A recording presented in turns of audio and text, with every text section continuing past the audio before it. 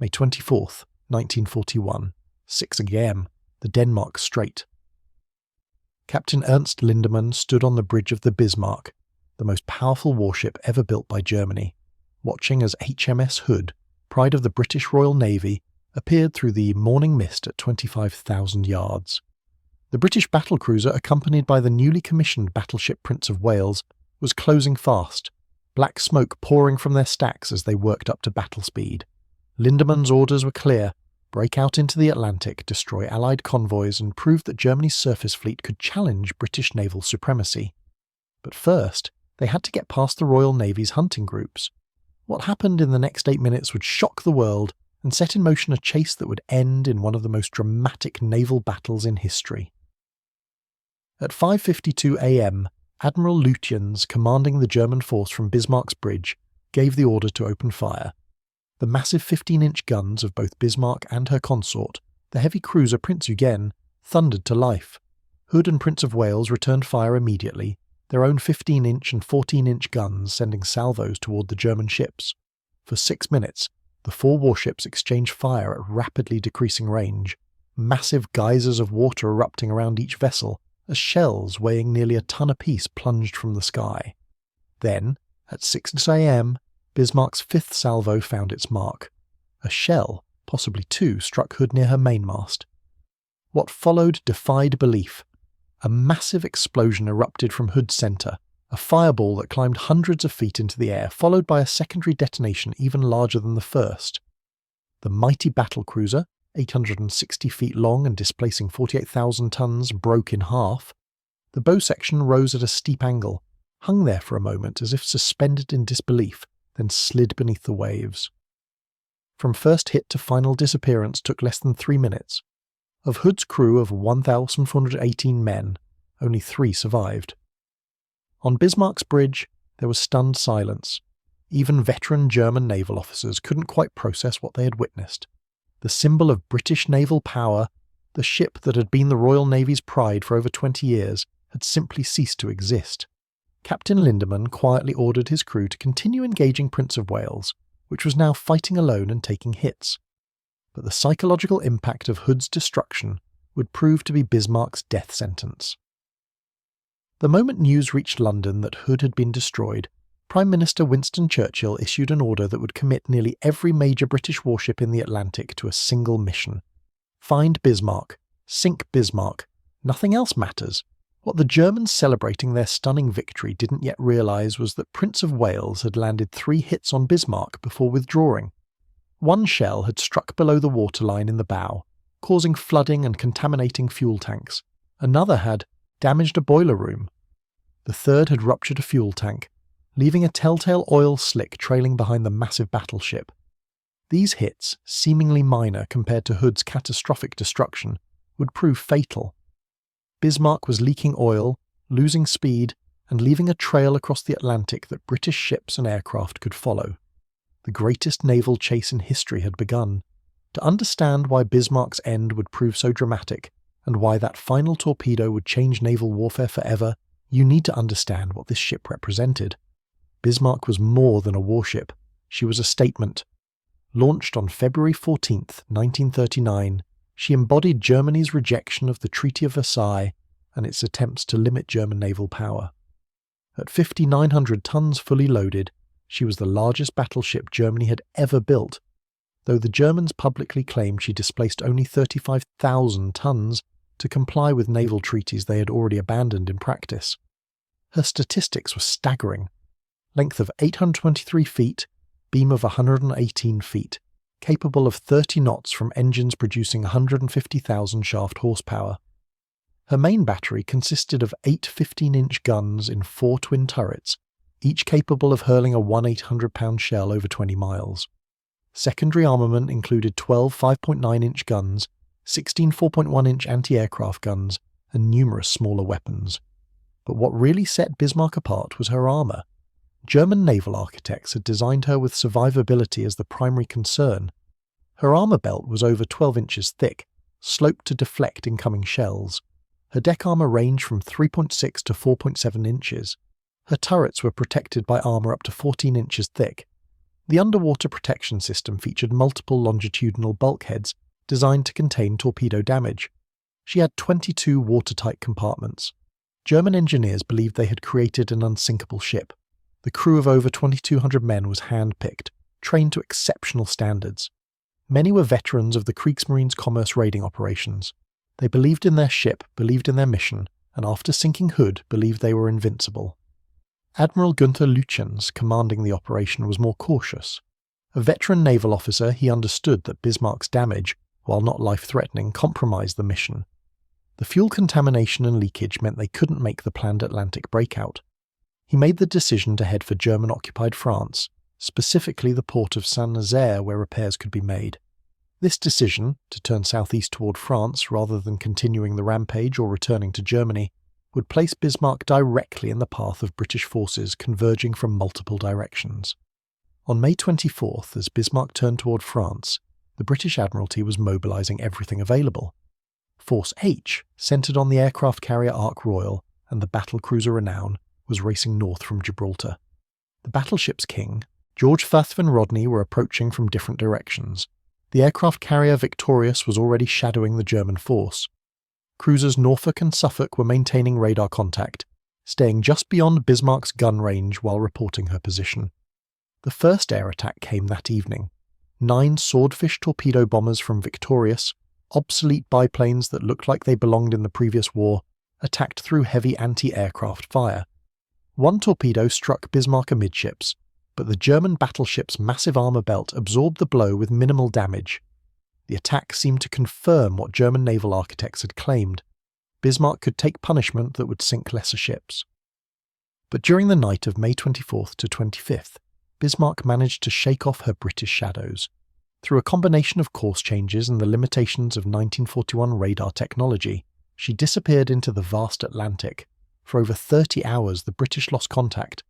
The Admiralty faced a nightmare scenario.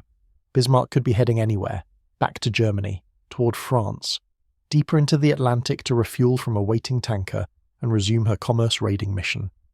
Dozens of British warships were spread across thousands of square miles of ocean, burning fuel at enormous rates while searching for a target that had vanished. Churchill's staff considered the possibility that Bismarck had escaped. The political and strategic consequences would be severe, but at 10:30 a.m. on May 26th, a Catalina flying boat of RAF Coastal Command, piloted by Flying Officer Dennis Briggs with American Navy observer Ensign Leonard Smith at the controls, spotted a large warship through a gap in the clouds. Smith, technically violating American neutrality by actively searching for a German ship, radioed the sighting. Large warship bearing 240 degrees, 5 miles, course 150 degrees. It was Bismarck, heading for France, now only 700 miles from the safety of German air cover. The British forces were poorly positioned. Most were too far away to intercept before Bismarck reached the protection of German aircraft operating from French bases. Only Force H, with the carrier Ark Royal and her Swordfish torpedo bombers, had any chance of slowing the German battleship enough for the pursuing British battleships to catch up. Everything now depended on obsolete biplanes attacking the most heavily armoured warship afloat. The weather on May 26th was appalling. Heavy seas, low clouds, rain squalls, wind gusting over 30 knots. These were conditions that would normally ground carrier aircraft. But Ark Royal's Swordfish crews understood that this was likely their only chance. If Bismarck reached French waters, she would escape. At 2:50 p.m, 15 Swordfish took off from Ark Royal's pitching deck. The first attack was a disaster. Through a communications failure and identification error, the Swordfish attacked the British cruiser Sheffield, which was shadowing Bismarck. Fortunately, the magnetic detonators on the torpedoes malfunctioned and most exploded on hitting the water. The embarrassed crews returned to Ark Royal, where ground crews hastily replaced the faulty magnetic detonators with contact pistols. At 7:10 p.m, 15 Swordfish launched again, this time with proper target identification. The crews were under no illusions about their chances. The Fairey Swordfish was a fabric-covered biplane, with a top speed of perhaps 140 miles per hour when carrying a torpedo. They would be attacking a ship capable of 30 knots, protected by armour up to 12 inches thick, and defended by anti-aircraft guns that could fill the sky with steel. Leading the attack was Lieutenant Commander Tim Coode.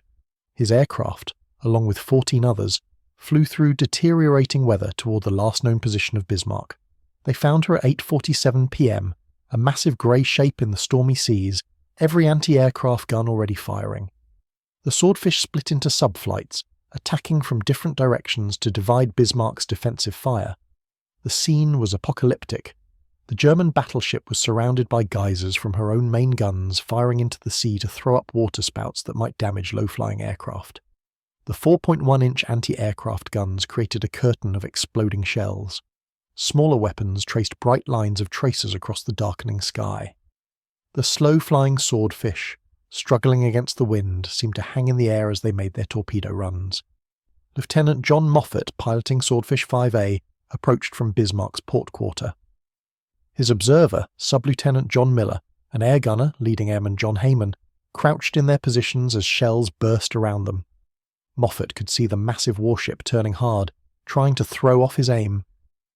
The standard attack procedure was to drop the torpedo at 800 yards, but Moffat, fighting the wind and watching Bismarck's violent manoeuvres, held his approach until he reached 900 yards.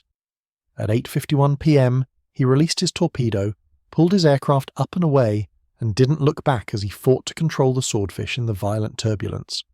Behind him, the 18-inch torpedo, weighing 1,210 pounds with a 388-pound Torpex warhead, dropped into the churning Atlantic and began its run toward Bismarck at 40 knots. Other torpedoes were also in the water, launched by the rest of the squadron. Most missed. Some struck the massive armour belt and caused minimal damage, just as the previous attack from Victorious had. But Moffat's torpedo, possibly by chance, possibly guided by fate, struck Bismarck at the worst possible location. At 8:52 p.m, the torpedo hit Bismarck's stern, just forward of the port rudder. The explosion, while not particularly large, jammed both rudders at a 12-degree angle to port. Damage control teams rushed to assess the situation. What they found was catastrophic. The blast had twisted the port rudder, jammed it hard over and damaged the steering gear mechanism. The starboard rudder was also jammed. More critically, the explosion had damaged the stern glands where the propeller shafts exited the hull, causing flooding in the steering compartments. Teams tried everything. Divers attempted to reach the damaged rudders from inside the hull, but the flooding and damaged compartments made it impossible. Engineers tried to steer using the ship's propellers alone, varying the speed of the three shafts to turn the ship. This might have worked in calm seas, but in the storm-tossed Atlantic with wind and current, it was hopeless. Bismarck could only steam in a wide circle, heading generally northwest back toward the pursuing British fleet. On the bridge, Admiral Lutyens understood the implications immediately. Without steering, Bismarck couldn't reach France, couldn't escape, couldn't do anything but steam in circles while British battleships closed in for the kill. At 9:40 p.m, he transmitted a message to German Naval Command. "Ship unmaneuverable. We will fight to the last shell. Long live the Führer." Throughout the night of May 26-27, British destroyers harassed Bismarck with torpedo attacks. The German battleship fought them off, but the constant attacks prevented any repair work and exhausted the crew. More importantly, each destroyer attack confirmed Bismarck's position, allowing the British battleships King George V and Rodney to close the range. As dawn broke on May 27th, Bismarck's crew prepared for battle. They knew they couldn't escape. Admiral Lutyens had already informed them that rescue was impossible, that U-boats and aircraft couldn't reach them in time. The only question was how long they could fight. Captain Lindemann addressed the crew over the ship's intercom. "For the honour of the flag, we will fight until our guns are useless and sinking is unavoidable." At 8:43 a.m, British lookouts spotted Bismarck at 25,000 yards. The German battleship was wallowing in heavy seas, clearly unable to manoeuvre effectively, but her main guns were still operational. Rodney, with 9 16-inch guns, and King George V with 10 14-inch guns, began closing for battle. At 8:47 a.m, Rodney opened fire. 30 seconds later, King George V joined in. Bismarck returned fire almost immediately, her gunners as skilled as ever. For the first few salvos, the range was too great for decisive hits. Then, at 8:50 a.m, everything changed.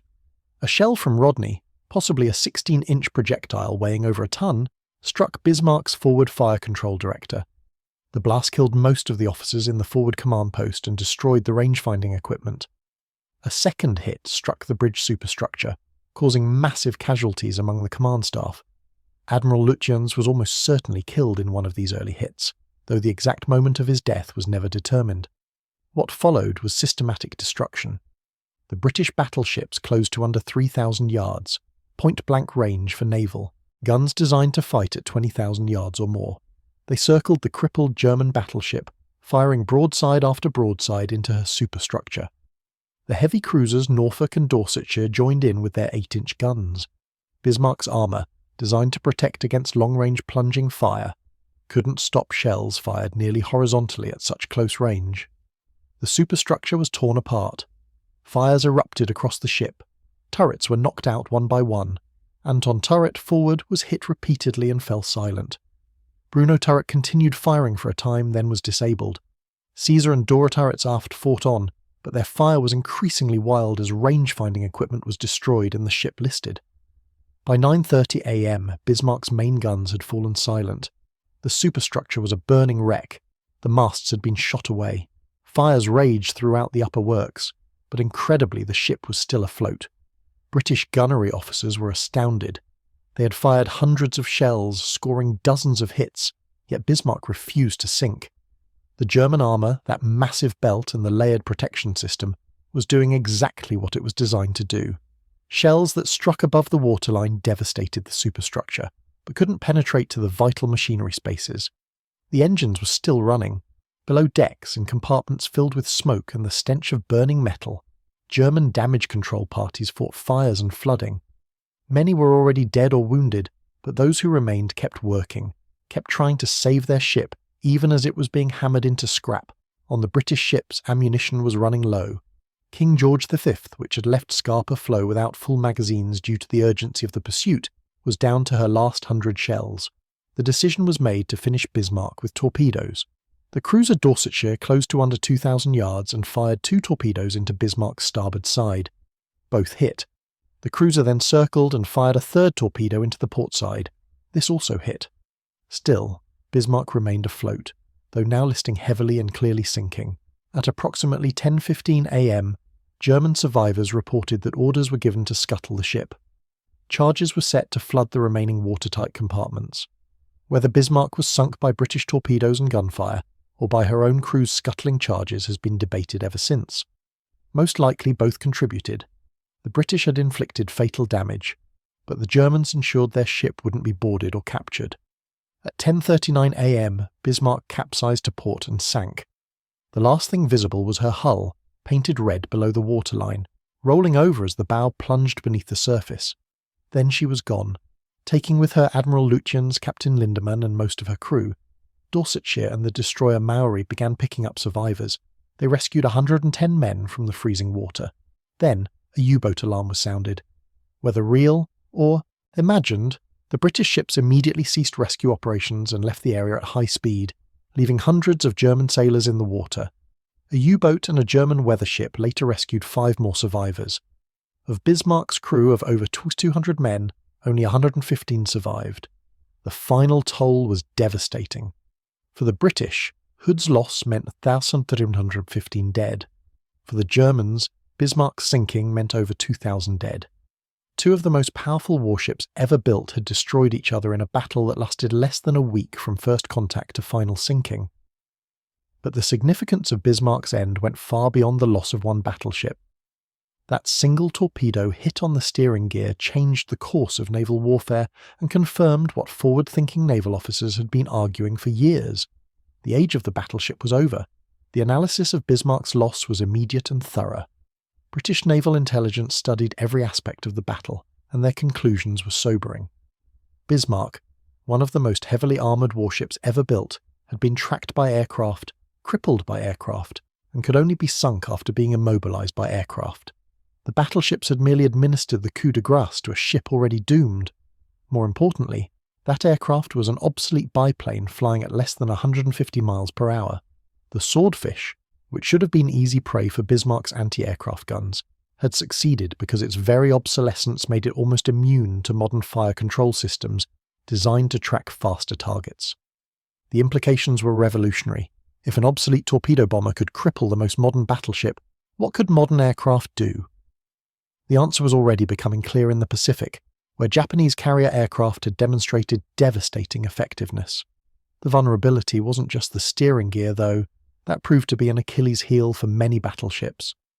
The real lesson was that aircraft could find ships anywhere in the ocean, could attack from multiple directions simultaneously, and could deliver weapons that no amount of armour could fully protect against.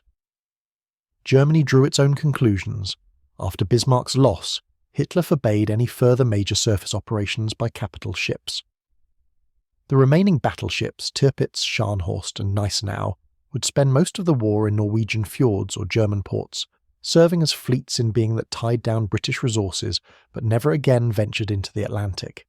The Kriegsmarine shifted focus to U-boats, which would prove far more effective at commerce raiding than surface ships. Britain accelerated its carrier construction program. The lesson that carriers could track and attack battleships anywhere in the ocean was not lost on the Admiralty. Resources that might have gone to additional battleships were diverted to carriers and their aircraft. The United States, watching these events while still technically neutral, drew similar conclusions. American naval aviation, already well developed, became the clear priority. When America entered the war 7 months later, the carrier would be recognized as the capital ship of the new naval warfare, a recognition that probably saved America when battleships Arizona, Oklahoma and others were destroyed at Pearl Harbor, but carriers Enterprise, Lexington and Saratoga were at sea. The specific vulnerability of steering gear became a major design consideration. Future battleship designs included redundant steering systems, armoured steering compartments, and emergency steering capabilities. The British King George V class was modified with additional armour over the steering gear. American Iowa-class battleships had massively redundant steering systems, but these were closing the barn door after the horse had bolted. The fundamental lesson was that no amount of armour could protect a ship from air attack indefinitely. There's a tragic irony in Bismarck's story. The ship that was designed to break British convoy routes and prove the viability of surface raiders instead proved exactly the opposite. Her loss, and the loss of Hood before her, demonstrated that battleships operating without air cover were vulnerable, that modern naval warfare required carriers, and that the massive investment in battleship construction that all major navies had made in the 1930s was already obsolete. The human dimension of Bismarck's loss haunts naval historians. Over 2,000 young men, most in their 20s, highly trained, brave, died not in a climactic battle, but in a systematic destruction made inevitable by a single torpedo hit on steering gear.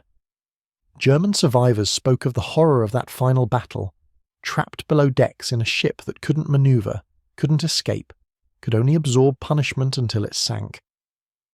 British survivors of the rescue operations spoke of the heartbreak of leaving men in the water, hearing their cries as the ship steamed away on a possibly false U-boat alarm. In 1989, Dr. Robert Ballard, who had previously found Titanic, located Bismarck's wreck in 15,700 feet of water, approximately 400 miles west of Brest, France. The wreck revealed fascinating details. The ship had landed upright on an underwater mountain. The superstructure was devastated, confirming the massive damage from British gunfire, but the hull was largely intact and the armour belt showed relatively few penetrations, confirming that Bismarck's armour had worked as designed against long-range fire. Critically, examination of the stern confirmed that the rudders were jammed to port, exactly as reported by survivors. The torpedo damage that sealed Bismarck's fate was still visible after nearly 50 years underwater. Ballard's expedition placed memorial plaques on the wreck, honouring both German and British sailors who died in the battle. The gesture recognised that regardless of which side they fought for, these men were sailors facing the ultimate test of their profession. In the decades since, Bismarck has become perhaps the most famous battleship in history, more written about than any other warship except possibly Yamato. Books, documentaries, even a song by Johnny Horton have told and retold her story. But the focus on the drama of the chase and the battle sometimes obscures the deeper significance. Bismarck's loss marked the end of an era. For centuries, the battleship had been the ultimate expression of naval power. These massive vessels, with their huge guns and heavy armour, embodied national prestige and military might. Countries measured their naval strength by counting battleships. Naval strategy centred on the climactic battleship engagement that would decide control of the seas. That era ended in May 1941 in the North Atlantic. One torpedo, delivered by an obsolete aircraft, hit a specific vulnerable point and rendered the most powerful battleship in the world helpless.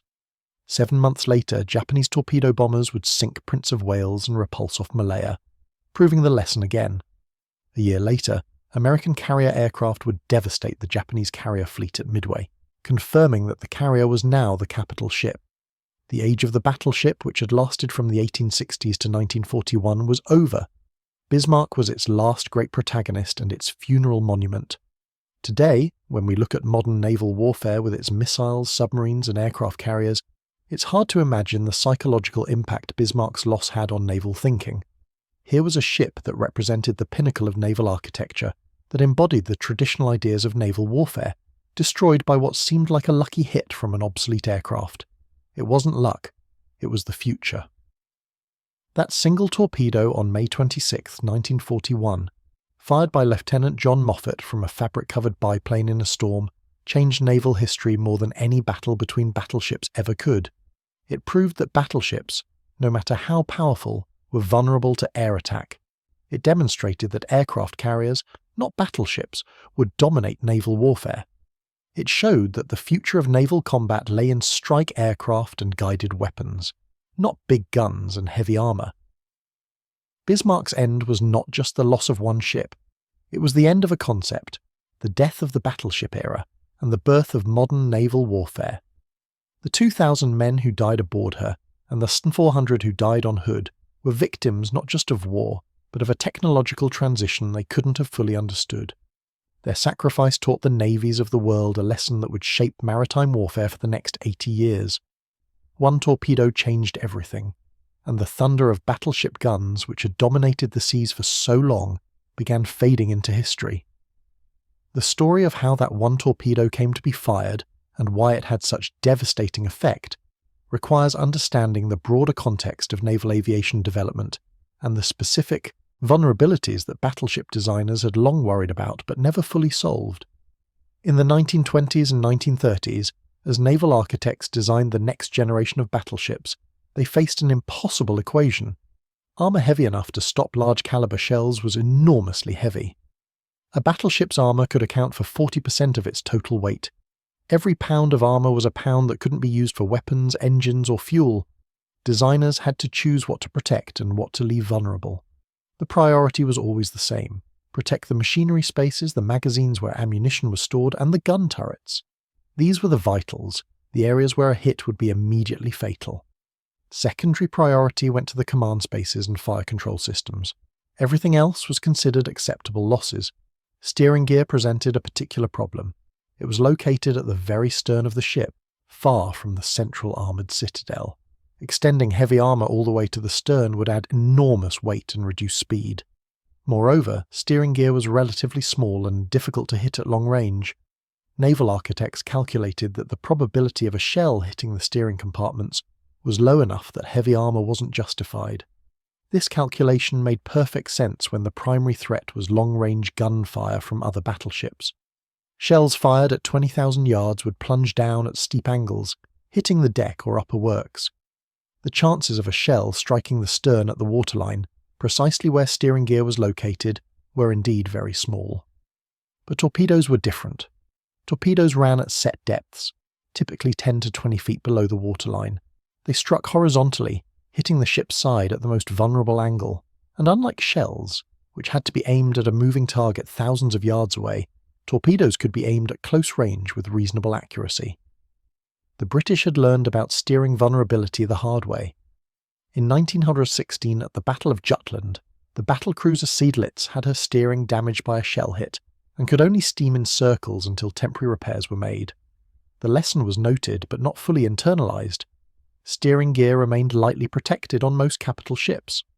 The Japanese, always innovative in naval design, had recognised the vulnerability earlier than most.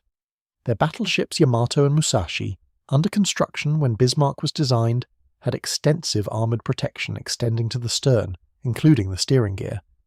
This added thousands of tons to their displacement, but reflected Japanese recognition that steering damage could be fatal.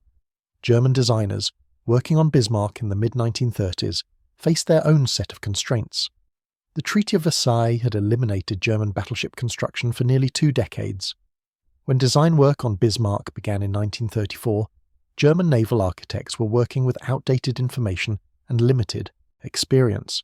They knew British and American battleships had been modernised throughout the 1920s and early 1930s, but exact details were classified secrets. The design that emerged prioritised the armour belt and turret protection above all else.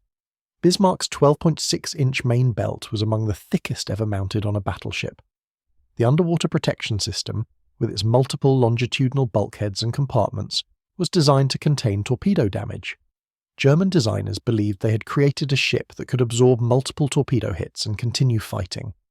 What they didn't adequately protect was the steering gear. The rudder post passed through the hull in a relatively unarmoured section. The steering machinery itself was protected by perhaps 2 inches of steel, enough to stop splinters and small caliber shells, but not enough to stop a torpedo warhead detonating against the hull. German designers had made the same calculation as everyone else. The steering gear was small, difficult to hit, and extensively armouring it would require unacceptable weight increases. This decision, perfectly rational given the assumptions of the time, would doom Bismarck. But it wasn't just about armour. The specific design of Bismarck's steering system amplified the vulnerability. Unlike some ships that had twin rudders on separate posts with independent steering systems, Bismarck's 2 rudders were closely spaced and connected to a single steering mechanism. A single hit could jam both rudders, as actually happened. The British, meanwhile, had been developing naval aviation since the First World War. The Royal Navy had been the first to develop aircraft carriers, had pioneered torpedo bomber tactics, and had accumulated 2 decades of experience in attacking ships with aircraft. They understood, better than any other navy, both the potential and limitations of aerial torpedo attack. The Fairey Swordfish, which would deliver the fatal blow to Bismarck, was an unlikely weapon to change history. First flown in 1934, it was already obsolete when war began in 1939. A fabric-covered biplane with fixed landing gear and an open cockpit, it looked like something from World War I. Its maximum speed of 139 miles per hour was slower than most fighters from the previous war. German Messerschmitt 109 fighters could fly 3 times as fast. But the Swordfish had advantages that weren't obvious. Its low speed and sturdy construction made it an extremely stable platform for torpedo delivery. The crew of 3, pilot, observer and air gunner, could coordinate their attack with precision. The aircraft could carry an 18-inch torpedo weighing over 1,600 pounds, a weapon capable of sinking any ship afloat. And its very obsolescence made it difficult to shoot down. Modern anti-aircraft fire control systems designed to track fast-moving targets often couldn't adjust to the Swordfish's slow speed. Lieutenant Commander Eugene Esmond, who had led the unsuccessful attack from victorious on May 24th, had reported to Ark Royal's air staff that Bismarck's anti-aircraft fire was intense, but ineffective against slow-moving targets. The German gunners were compensating for aircraft speed that simply wasn't there, causing their shells to explode ahead of the attacking Swordfish. This information was crucial for planning the May 26th attack. The Swordfish crews knew they would face heavy fire, but they also knew that their aircraft's limitations might paradoxically protect them. The key was to press the attack close enough that torpedoes couldn't miss, but not so close that they'd be hit by smaller caliber weapons that could be aimed visually. The torpedo itself was a weapon that had evolved significantly since its invention in the 1860s. By 1941, the standard British 18-inch aerial torpedo used a contact pistol, meaning it would detonate when it struck the target's hull. The warhead contained 388 pounds of Torpex, an explosive compound 50% more powerful than TNT. When this warhead detonated against a ship's side, it created a pressure wave that could rupture plating, a gas bubble that could break the ship's back, and massive flooding through the hole torn in the hull. Modern analysis using computers and detailed study of torpedo damage suggests that Moffat's torpedoes struck Bismarck at almost the worst possible location from the German perspective. The explosion occurred just forward of the port rudder, in an area where the hull curvature and structural design concentrated the blast effects directly into the steering gear compartments. The explosion didn't just damage the rudders, it twisted the entire stern structure, jammed the rudder posts in their housings, wrecked the hydraulic steering gear, and caused flooding in multiple compartments. Even more critically, it damaged the stern glands where the propeller shafts passed through the hull, causing additional flooding that made access to the steering gear impossible. German damage control parties tried everything. Teams attempted to cut away the jammed rudders from inside the ship, but flooding and damaged watertight doors prevented access. Engineers tried to weld steel plates to the rudders from outside the hull, using divers, but the heavy seas made this impossible. They attempted to steer using differential propeller speeds, which might have worked in calm water, but was useless in the North Atlantic storm. Captain Lindemann even considered a desperate plan to flood certain compartments intentionally to trim the ship and possibly force the rudders to a more neutral position. This was rejected as too dangerous. Bismarck was already taking water through damaged plating from Prince of Wales's earlier hits. Deliberate flooding might push her past the point of no return. By midnight on May 26th, Bismarck's fate was sealed. She could still fight. Her engines still ran. Her guns were operational. Her crew was intact and ready for battle. But she couldn't steer, couldn't escape, couldn't do anything but wait for the British battleships to arrive and finish what the Torpedo had started. The psychological impact on the crew was devastating. These men had believed in their ship's invincibility.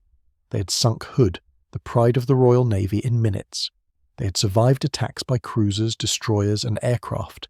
They had been confident they could reach France, make repairs, and resume operations. Now, because of one hit in one specific location, all of that was impossible. Admiral Lutyens's message to Naval High Command was brutally honest. Ship unmaneuverable. We will fight to the last shell. Long live the Führer. The message was transmitted at 9:40 p.m. on May 26th. In Germany, Grand Admiral Erich Raeder, commander of the Kriegsmarine, received it with shock. He immediately contacted Hitler to inform him that Bismarck was doomed. Hitler's reaction was fury, followed by despair. He had approved Operation Rheinübung despite reservations, believing that German naval power could challenge Britain at sea. Now the newest, most powerful battleship in the fleet was about to be destroyed on its first operational mission. The Führer's naval ambitions, never realistic to begin with, essentially ended that night. German U-boats were ordered to converge on Bismarck's position, but they were too far away. The closest U-boat was over 100 miles distant and couldn't reach the battleship before British battleships would arrive. Aircraft from French bases were also too far away. Bismarck was alone, crippled, waiting for the end. Throughout that night, British destroyers attacked repeatedly with torpedoes. The Polish destroyer, Piorun, commanded by the aggressive commander Eugeniusz Pławski, closed to point-blank range, firing torpedoes and trading gunfire with Bismarck's secondary armament. No hits were achieved by either side, but the attacks kept Bismarck's crew at action stations, exhausted them, and prevented any repair attempts. The destroyer attacks also served to mark Bismarck's position precisely. Every British ship now knew exactly where the German battleship was and could plot intercept courses. The battleships King George V and Rodney, steaming at maximum speed, were closing rapidly. By dawn, they would be in gun range. As the night progressed, some of Bismarck's crew began to understand that they wouldn't survive. Letters were written, sealed in bottles, and thrown overboard. Some survived and were recovered years later, providing haunting testimony to the final hours. Personal effects were distributed to friends, with requests to deliver them to families if possible. Officers briefed their men on what to expect in the coming battle. One aspect that's often overlooked is the class tension aboard Bismarck. The German Navy, unlike the Wehrmacht, retained much of the old Imperial German Navy's rigid class structure. Officers were predominantly from aristocratic or upper-middle-class backgrounds. Enlisted men were working class. This social division, normally submerged under military discipline, began to surface as death approached. Some enlisted men questioned why they should die for a regime many had never fully supported. Why should they fight to the last when the battle was clearly lost? Shouldn't they save themselves, surrender, allow themselves to be captured? These questions were dangerous. Expressing them openly was mutiny. But in the dark compartments of a doomed ship, such questions were inevitable. The officers, particularly Admiral Lutyens and Captain Lindemann, made it clear that surrender was not acceptable. German naval tradition demanded that a warship fight until sunk. The flag would not be struck. This decision, based on honour and tradition, guaranteed that most of the crew would die. Some historians have argued that Lutyens' decision was needlessly wasteful of life, that once Bismarck was immobilised, Surrender would have saved 2,000 men for eventual repatriation. But naval traditions, especially in the German service with its roots in Prussian militarism, were not easily dismissed. To surrender a capital ship without exhausting all possibility of resistance was considered disgraceful, a stain on honour that would follow the officers responsible for the rest of their lives. Lutyens had no choice, given his background and beliefs, but to fight to the end. As dawn broke on May 27th, the weather remained terrible. Heavy seas, overcast skies, visibility limited by rain squalls. But visibility was good enough. At 8:43 a.m., lookouts on Rodney spotted Bismarck at approximately 23,000 yards. The German battleship was making perhaps 7 knots, unable to maintain course, wallowing in the heavy seas. Admiral John Tovey, commanding the British forces from King George V, gave orders to close range and engage. He wanted this finished quickly. British ships were low on fuel from the extended chase. King George V was low on ammunition. If Bismarck somehow escaped now, after everything, the political consequences would be incalculable. Rodney opened fire at 8:47 a.m. Her 9 16-inch guns, the most powerful weapons in the British fleet, sent a salvo of 2 375-pound shells toward Bismarck. The range was long, and the first salvos missed. But British gunners were experienced, their range-finding equipment was excellent, and they were firing at a target that couldn't manoeuvre.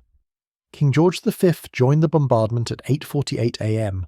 Her 10 14-inch guns added to the weight of fire. Bismarck returned fire almost immediately.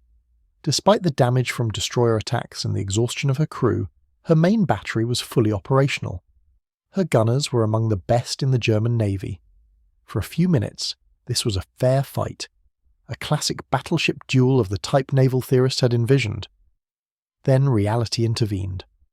At 8:49 a.m., a shell from Rodney struck Bismarck's forward superstructure, destroying range-finding equipment. A minute later, another shell hit the forward fire control director, the armoured tower where gunnery officers calculated firing solutions. The blast killed or wounded everyone inside. Bismarck's forward turrets continued firing, but now they were firing locally controlled, without centralised fire direction. Accuracy dropped immediately. At 8:54 a.m, a shell hit Bismarck's bridge. The massive explosion tore through the armoured conning tower. Admiral Lutyens was almost certainly killed instantly, along with most of the command staff. Captain Lindemann may have survived this hit, moving to secondary command positions, but his ability to control the ship was now severely limited. The British closed range steadily. At 9:00 a.m, the range was down to 12,000 yards. At 9:15 a.m, it was 8,000 yards. At 9:30 a.m, King George V and Rodney were firing at less than 3,000 yards, point-blank range where missing was almost impossible.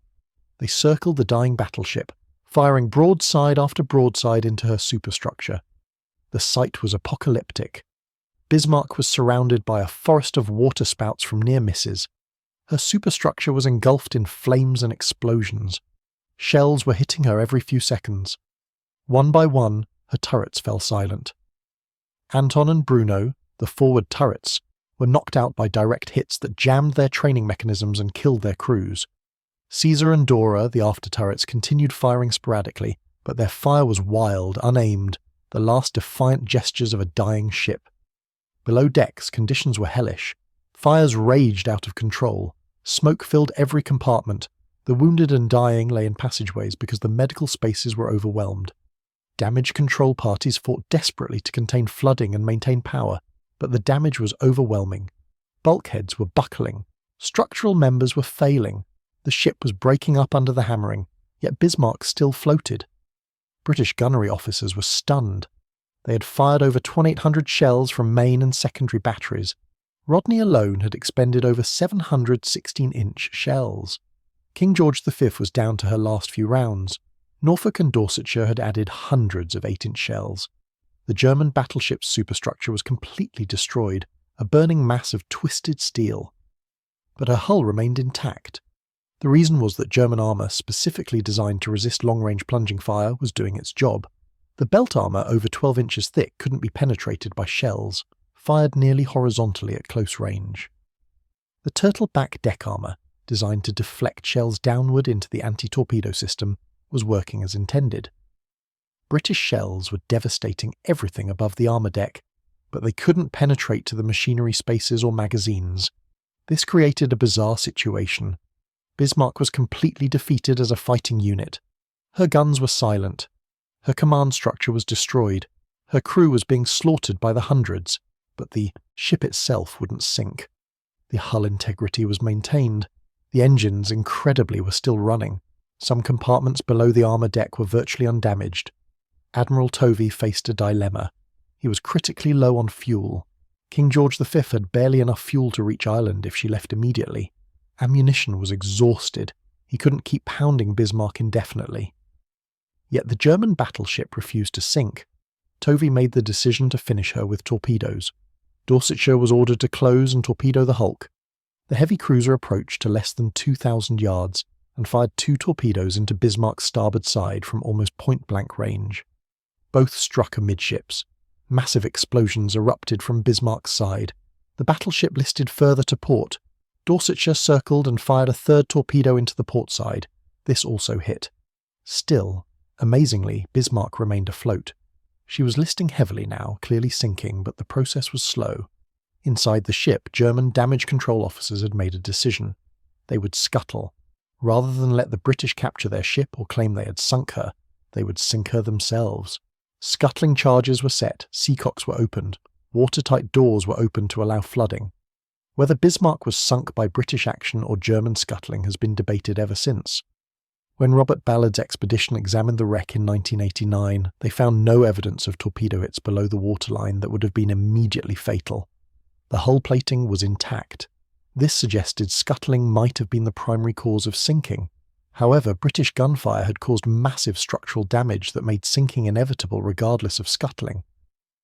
Most historians now agree that both contributed. British action made the ship unable to fight and ensured it would eventually sink. German scuttling speeded the process and ensured the ship wouldn't be captured. At 10:35 a.m., Bismarck rolled onto her port side. For a moment she hung there, her massive hull painted red below the waterline, visible to the British ships watching from a few thousand yards away. Then the bow dipped, and she began her final plunge. At 10:39 a.m., Bismarck disappeared beneath the Atlantic, 400 miles west of Brest, in water nearly 16,000 feet deep. The sudden silence after hours of gunfire was eerie. British sailors watched the spot where Bismarck had vanished, seeing oil spreading across the surface, debris floating up, and hundreds of German sailors in the water. Dorsetshire and the destroyer Maori immediately moved in to rescue survivors. The rescue operation began successfully. Boats were lowered, scrambling nets were hung over the sides. British sailors pulled exhausted, oil-covered German sailors from the freezing water. Many Germans were too weak to climb the nets and had to be hauled up bodily. Officers and men alike were pulled aboard without distinction. For a brief moment, the humanity common to all sailors transcended the war. Then, at approximately 11 a.m., someone on Dorsetshire's bridge spotted what they believed was a U-boat periscope. The report has never been confirmed. No German U-boat was in the area at that time. Most historians believe it was either a misidentification of debris or wreckage, or perhaps a nervous lookout seeing threats that weren't there.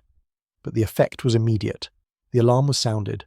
Dorsetshire and Maori immediately ceased rescue operations, pulled up their boats and nets, and steamed away at high speed, leaving hundreds of German sailors in the water.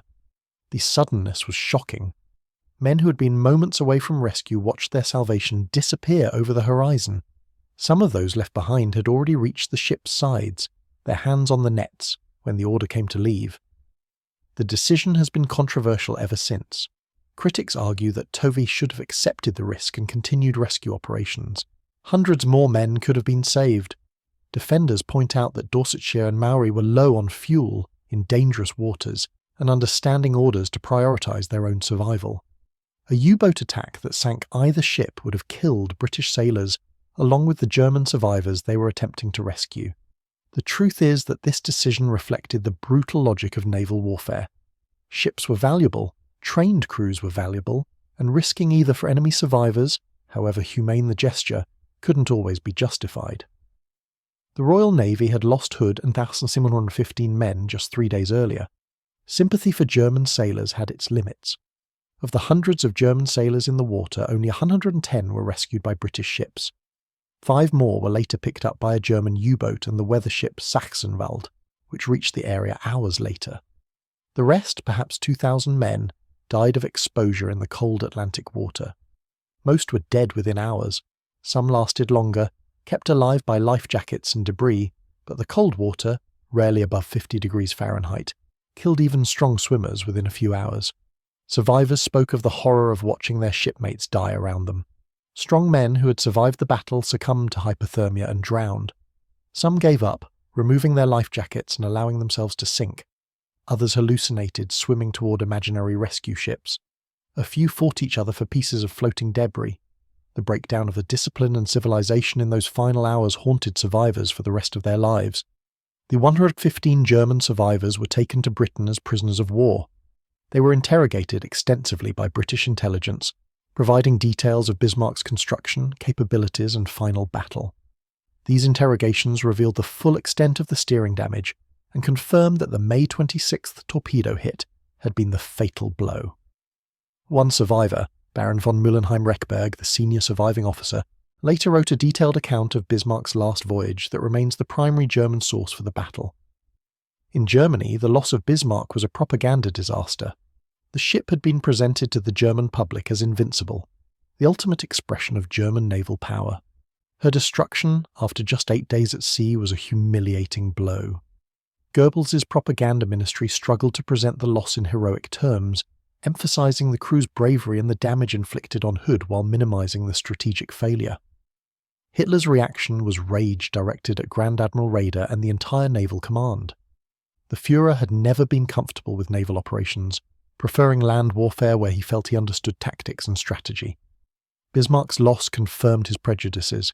He ordered that the remaining battleships be used only defensively, essentially rendering them impotent. Raeder's influence declined from this point, eventually leading to his resignation in 1943. The broader strategic impact was immediate and profound. Germany's surface fleet, which had dreamed of challenging British control of the Atlantic, was effectively finished as an offensive force. Tirpitz, Bismarck's sister ship, would spend the entire war hiding in Norwegian fjords, tying down British resources but never engaging in major operations. Scharnhorst would be sunk in December 1943. Gneisenau would be decommissioned after bomb damage. Germany's naval war would be fought by U-boats, not battleships. Britain drew different lessons. The successful hunt for Bismarck validated convoy protection and the use of carriers to extend air power across the ocean.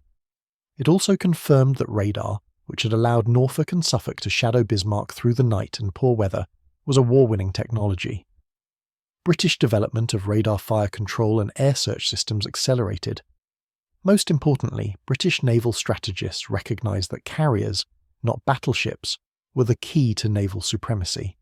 Yes, King George V and Rodney had delivered the final blows to Bismarck, but it was the Swordfish from Ark Royal that had made the kill possible. This lesson would inform British naval construction for the rest of the war. Resources went to carriers and their aircraft rather than additional battleships. The United States, still neutral in May 1941 but closely watching events in Europe, drew similar conclusions. American observers in London received detailed briefings on the Bismarck chase. The report emphasized that aircraft had located the German battleship, aircraft had crippled her, and only then could surface ships finish her off. This confirmed what American naval aviators had been arguing for years. The carrier was the new capital ship. When Japanese carrier aircraft attacked Pearl Harbor 7 months later, destroying or damaging 8 American battleships, the lesson seemed definitively proven. Those battleships, even the modernized ones, had been sitting, ducks for aerial attack. But the American carriers had been at sea, and it was those carriers, not battleships, that would win the Pacific War. The vulnerability of steering gear became a critical design consideration. Every major navy began strengthening protection of steering compartments and developing redundant steering systems. The British King George V class received additional armour over steering gear. American Iowa and South Dakota class battleships were designed with multiple independent steering systems and heavily armoured steering compartments. But these improvements came too late to matter. By 1942, it was clear that battleships, however well designed, couldn't survive concentrated air attack. the loss of Prince of Wales and repulse to Japanese aircraft in December 1941, Yamato to American carrier aircraft in April 1945, and numerous other examples proved that no amount of armour could protect a ship from aircraft armed with torpedoes and bombs. The specific torpedo hit that doomed Bismarck has been studied by naval architects and military historians for over 80 years. Why did this one hit have such catastrophic effect when Bismarck had been designed to survive multiple torpedo hits? The answer lies in location, location, location. Bismarck's anti-torpedo system, with its multiple longitudinal bulkheads and liquid-filled compartments, could handle hits along the machinery spaces. The system was designed to absorb the explosion, contain flooding, and maintain propulsion even after several hits, and it worked. The torpedo hit from Victorious on May 24th had struck amidships and caused minimal damage, but the stern, where the rudders and steering gear were located, wasn't protected by this system. It couldn't be. The anti-torpedo system added enormous width to the ship's midsection. Extending it all the way to the stern would have made the ship too wide to dock, too heavy to achieve desired speed, and too expensive to build. Naval architects had calculated that the probability of a hit precisely on the steering gear was low enough that extensive protection wasn't justified. They were wrong, or rather, they were right about the probability but wrong about the consequences. Yes, the chances of a single torpedo hitting precisely in the location needed to jam the steering were small, but in warfare, low probability events happen, and when they do, the consequences can be decisive. One hit in exactly the right place changed everything. Modern computer analysis of the explosion has revealed the specific mechanism of failure. The torpedo detonated against the hull plating approximately 5 feet forward of the port rudder. The explosion created a shock wave that travelled through the hull structure and steering gear housing. The blast also created a gas bubble that lifted the stern, then collapsed, twisting the entire after end of the ship. This twisting jammed both rudder posts in their housings and wrecked the hydraulic steering system. Additionally, the explosion damaged the stern glands where the propeller shafts exited the hull. This caused flooding in the steering compartments and the spaces adjacent to them. The flooding wasn't immediately dangerous to the ship. Bismarck had enough reserve buoyancy to handle it. But the flooding made access to the damaged steering gear impossible, preventing repair attempts. If the torpedo had hit 10 feet forward or aft, the damage would have been serious but not fatal. 10 feet forward, it would have struck the anti-torpedo system and been absorbed. 10 feet aft, it would have hit the rudders themselves, but possibly without jamming the steering gear. The hit was, from the German perspective, extraordinarily unlucky. From the British perspective, it was the luckiest shot of the war. Lieutenant John Moffat, the pilot who dropped the fatal torpedo, never claimed credit for sinking Bismarck. He was never certain his torpedo was the one that hit the steering gear. Multiple Swordfish had attacked simultaneously, and in the chaos of the attack, no one could identify which torpedo struck where. Moffat died in 2016 at age 97, having lived a quiet life after the war.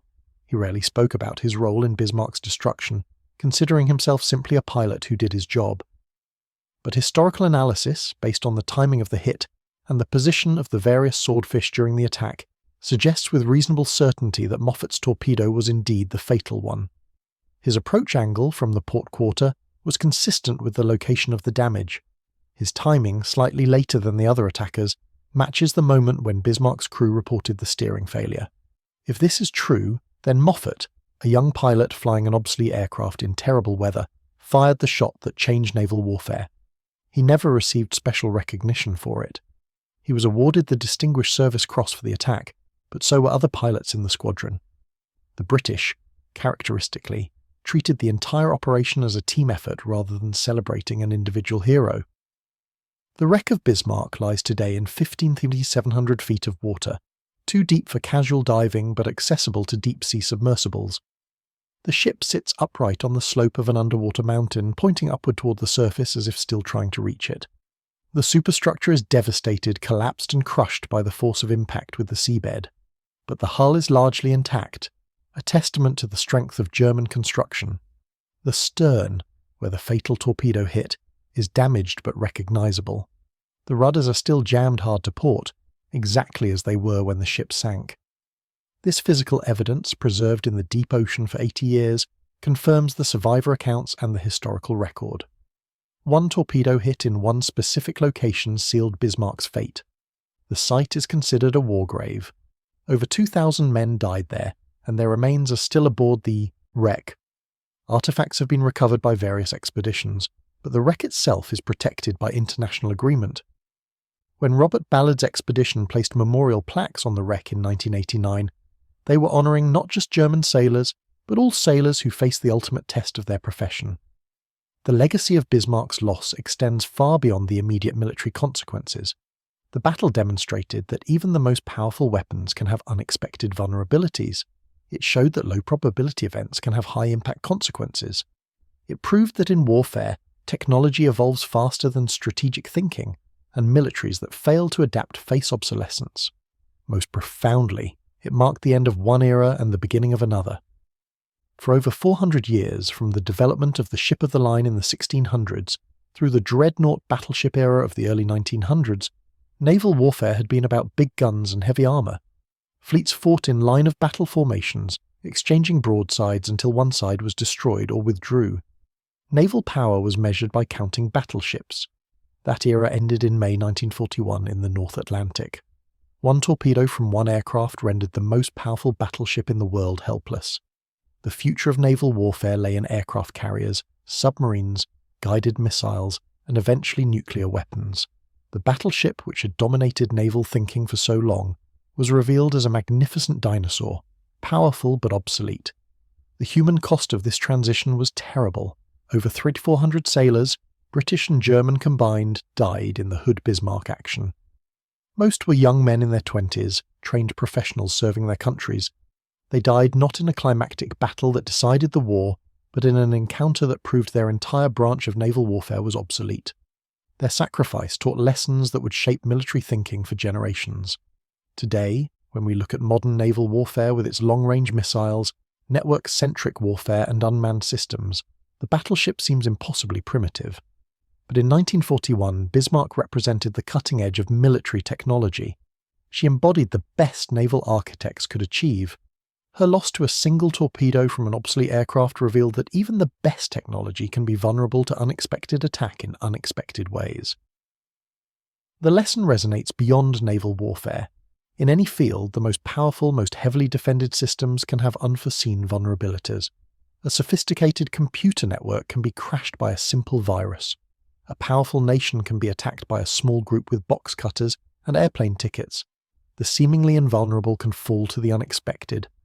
Bismarck's end teaches us that defense is never perfect, that attackers will always find vulnerabilities, and that the most critical vulnerabilities are often the ones defenders think too improbable to worry about.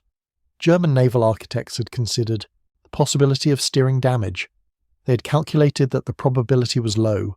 They were correct about the probability. But when it happened anyway, their ship was doomed.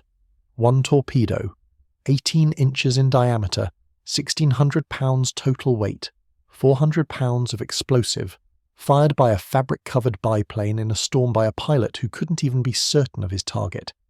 It struck within a few feet of the only spot on a massive battleship where it could have decisive effect, and it changed naval history forever. The thunder of battleship guns, which had dominated the seas for so long, fell silent. The age of the aircraft carrier had begun, and 2,000 German sailors died learning a lesson that would reshape maritime warfare for the next 80 years. Their deaths, and the deaths of 400 British sailors on Hood 3 days earlier, were not in vain. They taught the world that the nature of warfare had fundamentally changed, that the old certainties no longer applied, and that adaptation was essential for survival.